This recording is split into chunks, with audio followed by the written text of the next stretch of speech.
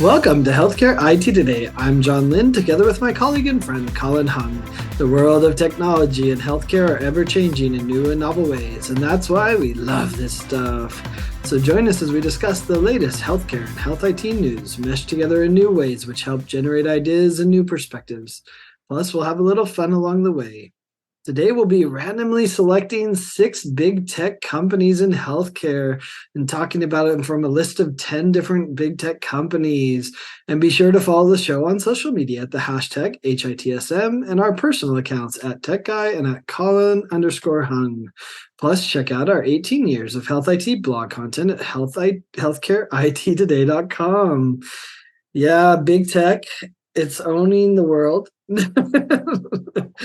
It's funny to think about when I first started doing this, like big tech, there were a lot of other big companies like Exxon and these others, but tech has just dominated like the stock market, and now they look at healthcare as an attractive target. Yeah, I mean, it is unbelievable, right? We never really, a decade ago, we would never even consider some of these companies that we're going to be talking about today as being in healthcare, but how the world has changed, right? And I'm not talking just about COVID. It's even before that. They're just, them jumping into the market has been pretty incredible to watch. Well, and I think there's some that we're both probably pretty pessimistic about. It will be interesting to see where we align, whether we're optimistic or pessimistic about their chances in healthcare and their role in healthcare and how they're going to impact it. I know it's going to be fun. This is going to be cool. So what we've done is we put 10 names into this little container here, and I'm going to pick out 6 of them randomly, and we're just going to talk about them. So looking forward to that. So up first, John, let's see. We're going to reach into the magic bag here and pull out. Ooh, look at that. Number 1 right away, Apple. Apple. Oh, you brought one that I'm already pessimistic about. Hey, why are you pessimistic about Apple? I just don't think they're going to do much in healthcare. Like, I mean, I've heard the CEO say that it's going to be a huge part of their business. And sure, the Apple Watch kind of is healthcare because it's doing the ECG and steps, and eventually it's going to do a bunch of other stuff too, right? Like, so I get how that's kind of healthcare, and they have Apple Health Kit. Some people may have aggregated some healthcare data and whatnot there, and connection to some devices, but if that's your footprint in healthcare, that's exactly my point. Like, that's not a big impact on healthcare. Like, what else are they going to do? Sure, we're going to use the iPhone to access a lot of healthcare applications and portals, but that's not Apple in healthcare. That's not Apple profiting from healthcare. That's just the device that's being used. So I just don't see Apple's role in healthcare. Maybe if they come out with some crazy AI down the road, that could change things. But as they current stand, no, they're not huge in healthcare. Okay, I'm going to disagree with you a little bit on this one. I'm a little bit pessimistic in terms of how they're going to figure out this legal quagmire around their Apple Watch, right? And the fact that Maximo has got them right now in terms of the ban. But I'm pretty sure that's going to work itself out eventually. To where that ban's lifted. But you're right. I mean, I think for me, when I look at Apple and think about Apple, it does go beyond the wearable, and it's not just that. I mean, it's nice. I think it's cool. I do think they're going to come up with some pretty interesting enhancements to that, and there will be some interesting apps and things that take advantage of all the technologies that are available in the new watch. But for me, I look at Apple and go, they are a player in the health space because of the prevalence of the device. Like, I'm looking at this going, in the hospital, how much longer is it going to be before people are just going to, what the heck with it? We're just going to standardize on this thing and use that as the platform or the delivery device for a lot of the health information. I mean, it already is there for a lot of hospitals, right? They just have consolidated onto Apple devices. I think that Apple, because of that, has the opportunity to do something pretty phenomenal in healthcare. Maybe not in 2024, but I'm definitely very positive on that because, as we've seen before, people who play in this sort of infrastructure place and who all of a sudden achieve that level of adoption can do some pretty cool things. Yeah, but let's standardize on Android, not Apple. I mean, I don't know. Certainly, there's a lot of people who love Apple, and they produce a good device. Don't get me wrong; it's fine, But how about this? How about their Apple Vision Pro? their is it a virtual reality, augmented reality headset? I don't even know how you classify it since it's still just kind of been announced. But I mean, you could see that having a play in healthcare. You can see surgeons wearing it as they're doing it and having augmented reality as they're doing it or enhancing what they're doing. And that's pretty interesting. But again, it's still not going to move the needle in healthcare, right? I don't know. It just for me, at one point, didn't Apple open its own clinics? I think it was mostly for their staff, but they've got enough cash. They could make a difference, and they could buy their way into it. What was it? Jim Cramer said Apple should acquire Epic, right? Okay, if they acquired Epic, then I'd agree. But one, Epic's not going to do that, and two, Apple's not going to do that. So that's not going to happen either. So I'm a strong pessimist on Apple really influencing healthcare. Now, I mean, I'd invest in their stock. Like it's people still pay overpriced margins for their products, so that's good there. I mean, granted, they do have Apple TV. Maybe they make a play there at the bedside, right, and have Apple TV. Still not an impact. All right, let's go on to the next one. All right, reaching in, randomize here. Are totally random. Oh, we got here. Oh, look at that. Dell Technologies. Dell Technologies. Well, full disclosure, they've been a long-time advertiser. We've probably done, I don't know, 20 events with them over the years. So, I'm a big fan of what they do and what they offer. It has been interesting for Dell since they, got rid of, divested from the Perot acquisition, right? So they haven't been doing as much on that side. And so that definitely did diminish some of their influence in healthcare when, they got rid of that, because that was actually literally boots on the ground, implementing the EMR and stuff like that. And so they were doing a lot that way, but they still are doing a huge business in healthcare. And probably the biggest part of that is when it comes to cloud. And then now with AI, I think, Dell is going to be a massive player when it comes to facilitating the AI processing power that's needed to be able to do the algorithms and put the output out there along with data, right? So all of the storage that they can offer as well. So, they're going to do some big things there. And then, not to mention, of course, everyone needs new desktops and new devices and things like that. I mean, if you look at a healthcare budget, the one thing that's not getting cut is they have to replace devices. Sure, sometimes it gets pushed a year or two, but you still are replacing it. You need new devices. So Dell's got a strong business in healthcare, is doing really well. Yeah, I mean, for me, the Dell to me is a company that kind of goes under the radar a lot, right? They do a lot of stuff. They obviously have a lot of have a big footprint in the space. In terms of though moving the needle, I'm not sure. And I'm not sure they're after that. I'm not sure that's actually part of their goal is to move healthcare forward by leaps and bounds. I think what they do really well, and what I think people appreciate about Dell is they're just there and they work, right? You buy something from Dell, they deliver on time, deliver exactly what you need. There's no fuss or no muss, at least from what I've heard from when I talk to people who are Dell customers. That's what you get with Dell. And there's something to be said for that, right? I don't think they're going to be the ones that are going to pioneer new AI uses in healthcare, but I don't think that's their goal. So I look at Dell and go, hey, a solid company, definitely got some really great things they're doing in healthcare, but it's not going to be the flashy stuff. They're just going to be, plugging away in the background, just helping healthcare make sure that the lights stay on. Yeah, I mean, you're probably right. They're not going to discover the new AI, but their hardware is going to be used by the people who do discover that. So I think that's what's so interesting is, they're going to power that, whether it's, desktops or whether it's in the cloud. I mean, their approach to multi-cloud is really powerful as well. And we see this, it's happening not just in provider organizations, it's happening in precision medicine and genomics and in life sciences as well. So, they obviously have a big footprint there.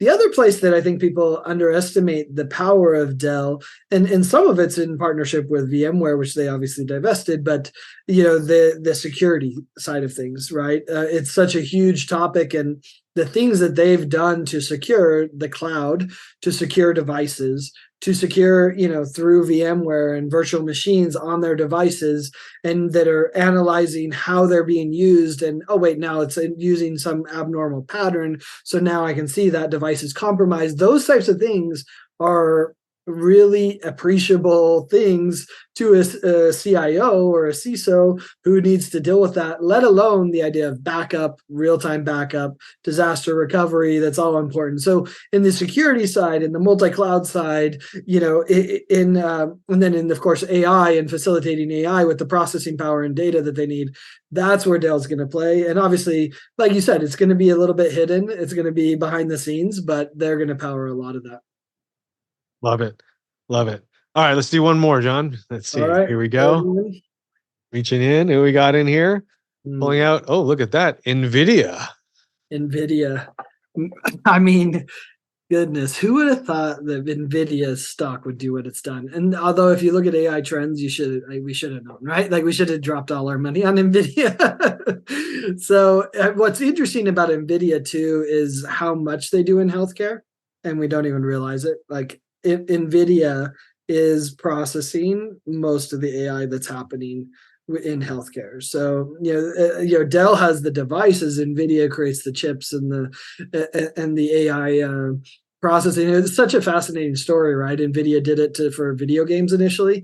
They wanted the display cards, and now they realize, oh wait, this works great for AI too. So the GPUs that they offer is powering so much. So I mean, I'm a huge fan of Nvidia.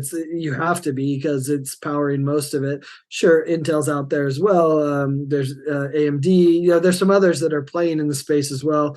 Along with big companies, Apple and Microsoft and Google are looking at their own chips as well, I believe. And so, anyway, it will be interesting to see how it plays out. But I don't think anyone can compete with Nvidia, and we see so many in healthcare doing it. I mean, I still think about one of the most interesting ones we saw was during COVID when I think it was 12 or 20, something like that, hospital systems from around the world collaborated on the biomarkers for COVID, if I remember right. But all they did, because they needed to get this approved quickly, all they did was send the AI findings back rather than the actual data. And so the AI findings went back to NVIDIA and they used that to process and understand what are the things that you should be looking for. And they were able to do that across multiple health systems across the world. Like that's the power of NVIDIA. And it's being used all throughout AI in healthcare. Yeah, I mean, obviously they're a background play, right? Like they are behind the scenes a lot. I got to be honest, I don't really know how much NVIDIA really does in healthcare, other than, of course, they power AI everywhere in general. So as you said, I mean, that's where they are. It'll be interesting. What I'm interested in seeing is whether NVIDIA actually does make a push in healthcare specifically. I don't think so, but for example, I don't know. I'm pretty sure they don't power any of the any of the stuff in the radiology labs or anything like that. Could they or should I they? was going to Right? say Like, they probably do the AI on top of the radiology images, right, but maybe not the radiology themselves. right. Anyway, that is just that for me is interesting. Is healthcare big enough for them to even dedicate some effort in there, or are they just so busy pumping out GPUs that that they don't really need to care about any specific industry? Anyway, it'll be interesting. I'm more interested in that and seeing where NVIDIA goes with that.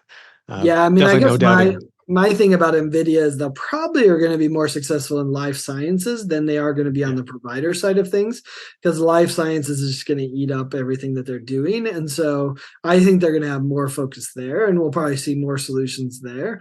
But we'll see how it evolves. I think the other thing that we're kind of looking at is, will Nvidia be able to pump out what's needed? Or are Mm. organizations, whoever the AI organizations are that are doing it, are they going to have to turn to Intel and AMD and others just because they need chips, and NVIDIA can't meet the demand, right? And so I think that's the interesting thing, is how well will their supply chain be able to support the demand, the insatiable desire that AI has for all the processing power. So what's interesting, they have actually worked really hard to facilitate healthcare using their products. So they've done a lot of work. I've seen their user conference a number of times, and they definitely have a healthcare focus, and they see the value of healthcare using their GPUs. So I think that will continue. If you're just tuning in, you're listening to Healthcare IT Today with John Lynn and Colin Hung. Today, we're picking 6 big tech companies out of 10 to talk about.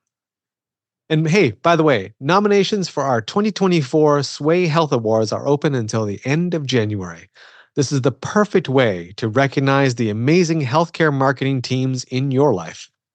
There's no cost to submit a nomination, and the nomination form is really, really simple. It's basically just let us know what makes the person, the organization, the team, or the marketing effort worthy of receiving an award. To learn more, go to Sway Health, that's Sway with 2 A's, .health, and click on the awards tab at the top. All right, John, you ready for another one? Yeah, let's do it. 3 All more. right, here we go. Let's see Here who we go. Who we picks. got? Who's coming up out of the bag? We've got, Facebook. Oh, that's an Man, interesting one. you just want me to be pessimistic this whole time. This is I luck of the just draw. Luck of the draw, John. Yeah, I know. I mean, Facebook is interesting because there's a lot of patient communities there. And so it's Mm. still powerful for that. And there's still a lot of people who use that. Certainly, we've seen some privacy questions that, a lot of people are asking and saying, should they do it? But when you're dying, you don't care about privacy. So, you're happy to get in a group and find the, peers that you can collaborate with. So I guess I'm optimistic on patient groups coming together and being able to connect that way. But beyond that, I just don't see Facebook really being a player.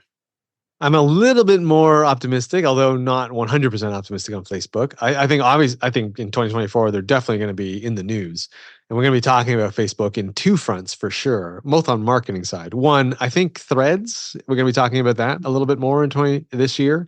I think actually it's going to get some legs in the next 12 months. I mean, it's still not to where X was or is, but it's getting there, and it's getting the functionality that I think people are looking for, and people are hungry for an alternative. So I'm interested to see what and how we're going to be talking about Threads over the next little bit.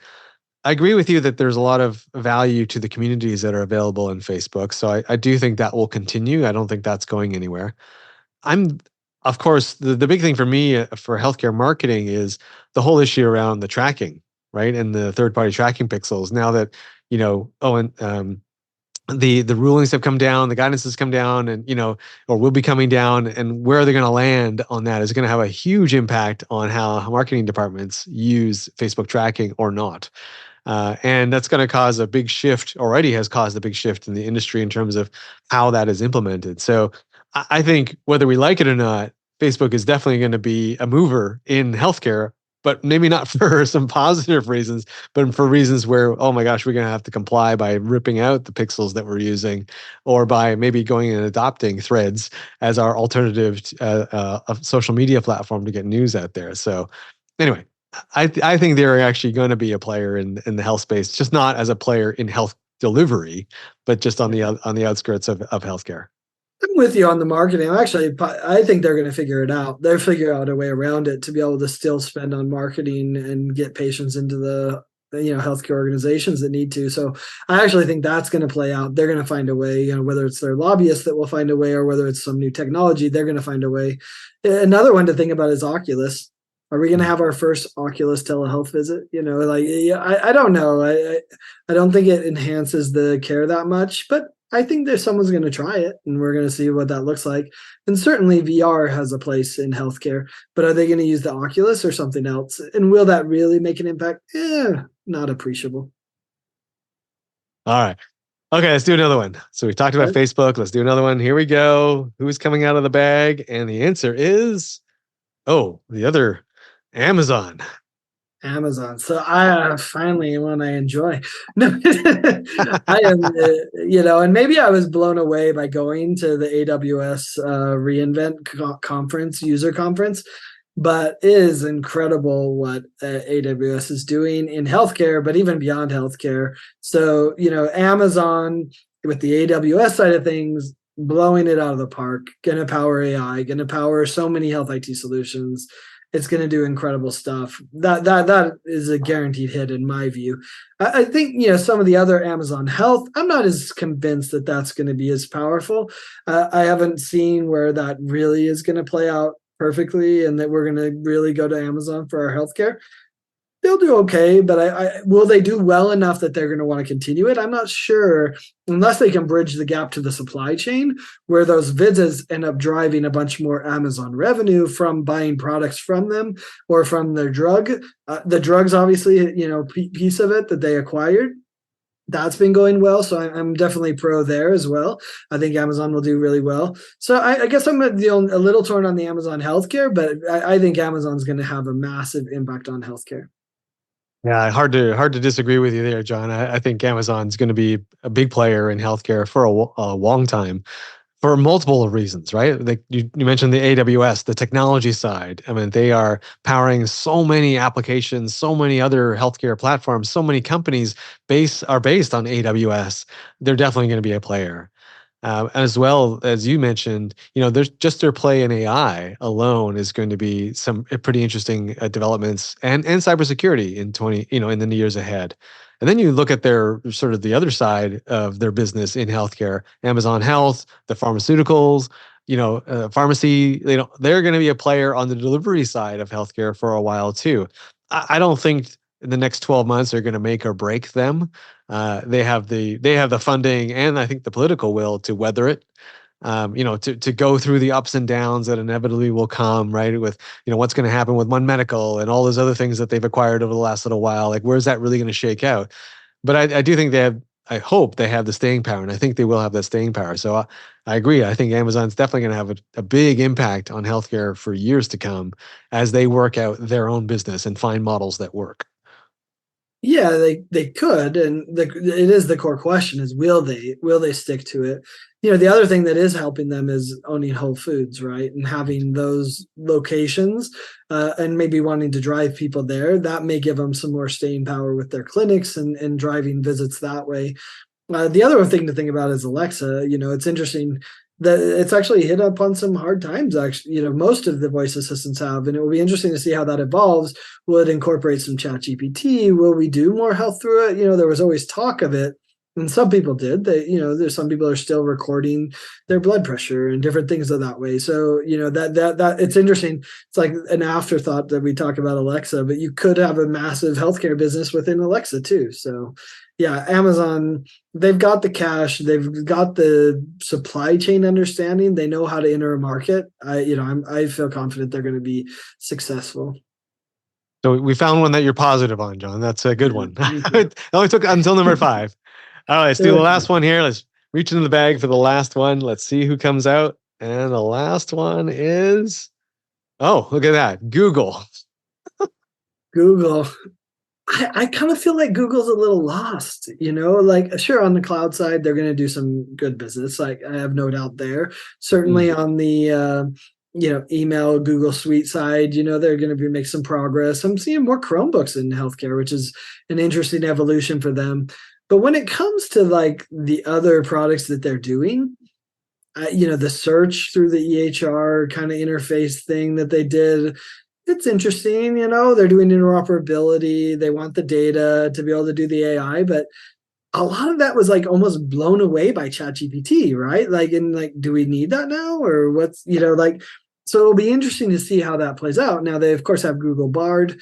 Will that compete with ChatGPT? That could become a big player, and that could be an important influencer and a great business for them as well. But, and the problem is that most of their initial entrance into healthcare, where they took all the big data and did something cool with it, ended up getting like their hands slapped, like the Ascension Health one and some of those, right? And so I think they're a little hesitant about it. Now, of course, you also throw in the common Google searches, right? So they're going to have an influence on healthcare. Dr. Google is still an important member of the health team, if you will. But will Dr. ChatGPT replace it? That's an interesting question. It's hard to argue that. I mean, Google is going to be a player, but how much impact can they have? Should they be having, given who they are, right? Their strategy, their health strategy has been a little bit all over the place. I mean, it has not been as coordinated maybe as it could have been. And And you're right. I mean, maybe that's part of being gotten their hand slapped because of what they were doing with some data, right, around it. But yeah, you look at Google Health and all of the things that fell under that umbrella. Where do they all go, right? Like where happened to it? It's not clear. They do a lot, obviously, in the infrastructure side, but you don't really hear a lot about what they're doing specifically for health. A lot of it seems to be rolled into other business lines and just happens to benefit health. You're right. They, as an organization, they should have an outsized impact on health. They've in the past shown a willingness and a desire to be in this space, unlike Nvidia, who's just never expressed, specifically, hey, we're going to really dominate healthcare. Google has not come out and said that they want healthcare is a space they want to play in, and yet their strategy hasn't been as clear. So I agree with you. I think there'll still be a player. I mean, just given who they are. But whether or not they're going to have a significant impact on healthcare, it's unclear. That is unclear to me as well. Yeah, well, and if you expand to the full alphabet, right, of Google, and the Verily type of pieces, that seems to have fallen apart in a lot of ways too. Obviously we don't cover the life sciences as much, but and I think that confuses things, right? Like Right. if Google's working in life sciences and provider organizations and BARD, and of course they're still providing your email and your workspace and all of that, like it becomes a really confusing thing. In fact, that's what happens when you go to HIMSS and you visit the Google booth. You're like, wait, so am I talking Chromebooks? Am I talking my Gmail? Or am I talking Google Cloud? Or am I talking Bard? Or am I talking, your new interface that summarizes EHR? And you go to one and they don't know what each other are doing and can't support it. It reminds me back in the day when I went to McKesson. And I said, let's talk about your EHR. And they had, Practice Partner. I think they had one or two others too. And I said, oh, well, you want to talk about Practice Partner? They're like, oh, we don't know anything about that.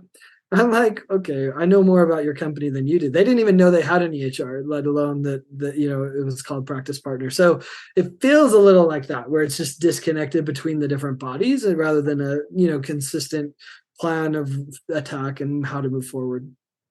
Yeah. I mean, and let's be honest, they're distracted, right? Like they're putting a lot of effort in AI, and their tool may be the winner overall, right? Who knows what's going to happen in the years ahead? But and if they they're do, definitely putting the effort. Yeah, I think that they're that's where they're putting their effort, and I think the healthcare side is, along with some other ones, are probably not getting the love that we know it could and deserves. But anyway, definitely going to be a name that we're going to be talking about in the years ahead. Definitely. Hey, thanks to all of you who tuned into this episode of Healthcare IT Today.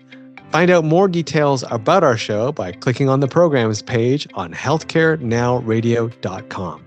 And please share your voice and engage with the community at healthcareittoday.com and on social media using the hashtag HITSM. I'm Colin Hong, along with my friend and health IT collaborator, John Lynn. Thanks for listening and have a great week.